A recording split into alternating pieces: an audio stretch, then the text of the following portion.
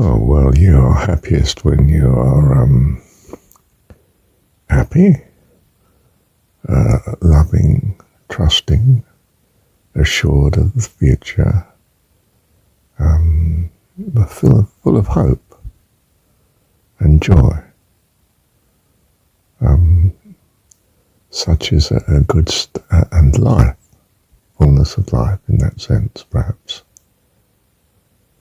This sort of defines the state you want to be in. Now, if you're in a world where everything is transitory and you can see no other world, then when the transitory passes, including life, then there is nothing. This is not the same as hope of continuing life. So one isn't assured, one is fearful of losing anything that you do value. Hope is fleeting.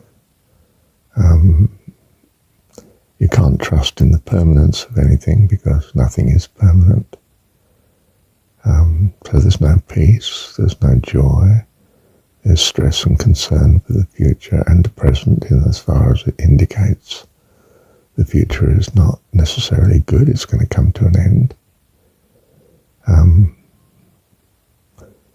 In other words, the meaning to life vanishes because all things vanish. So this is a recipe for dukkha, suffering. Life is transitory, is suffering, is concern, is loss. We can handle it in the Buddhist way, which says, well, if I don't think about the future or the past, that doesn't trouble me. I've still got the present, but in general the present is, if you like, pretty average. It's not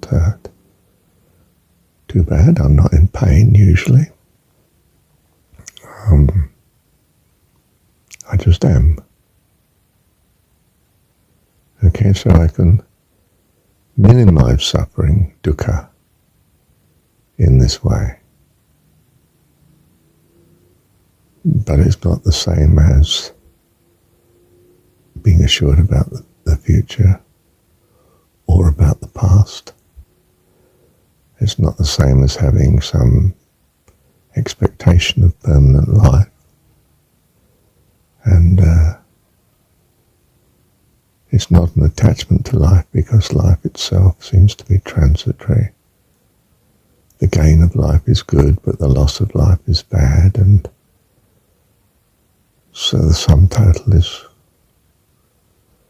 perhaps pretty neutral, but you could be preoccupied with the fear of the future and the disappointment of the past. If we now compare that with the trust that there is a God, there is another life, there is an eternal life, that God is a God you love and can rely on, personifies these values, and that these are the values that you have, then you can love such a God with all your heart and soul, and it gives you purpose and meaning because there's the next world. Your meaning is not in this. So, in as far as you choose to believe in such a God, you're experiencing hope that there is such a God, and perhaps assurance that there is such a God. Let's consider that for a moment, perhaps the assurance. Well, that depends on what you think about this God. You may consider him to be all-powerful, all-knowing, eternal, all-loving, especially to you. In which case, in some sense, he's so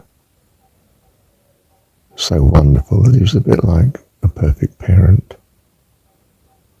and you're not necessarily understanding his ways, but trusting his ways. To the extent that you choose to trust in his ways, you are assured. You're therefore the more hopeful, the more peaceful, the happier, the more joyful, the more free and able to love, because you have the notion that where you make mistakes, he'll come to your rescue and put things right. And if you live in such a hope of such a God, you find that life is pretty good. It has some questions that are not answered. You may still see what presents to you as eternal,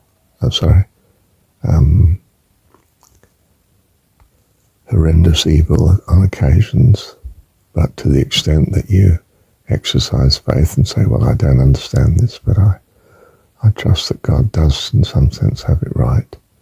And of course I have the hope of life eternal to come because of this all-powerful, all-loving God that I know. Then you can abide the horrendous evil in some sense. And in as far as you're not suffering horrendous evil continuously, life is very good. Of course, if you are in the unfortunate situation of being permanently tortured, well, you're not going to be keeping this this faith and this trust up. But then, in such a circumstance, not believing in God doesn't make it any better. In fact, it makes it worse. So it's still better to believe and trust in such a God. In total, then, it's the rational thing to choose to believe in God. You gain nothing by not believing in God.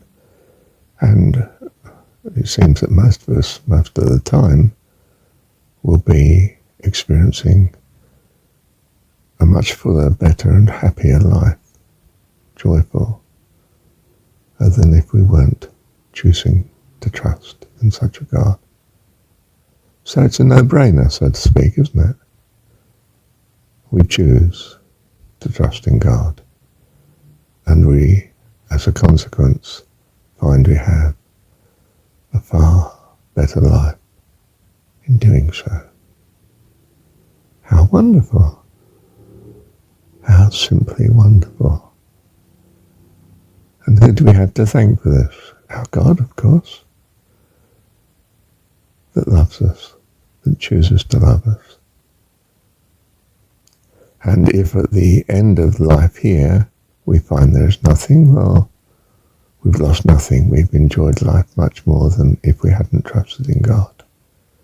And if at the end of life we find there is indeed this wonderful heaven and God, well, that's just wonderful, isn't it? And we've enjoyed life as well.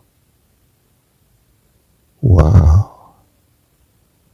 Thank you, Heavenly Dad. So I've not proved the existence of God. I've simply proved the validity of trusting in such. That's quite something, isn't it? Now you know the way to go, don't you? Thank you, Heavenly Dad.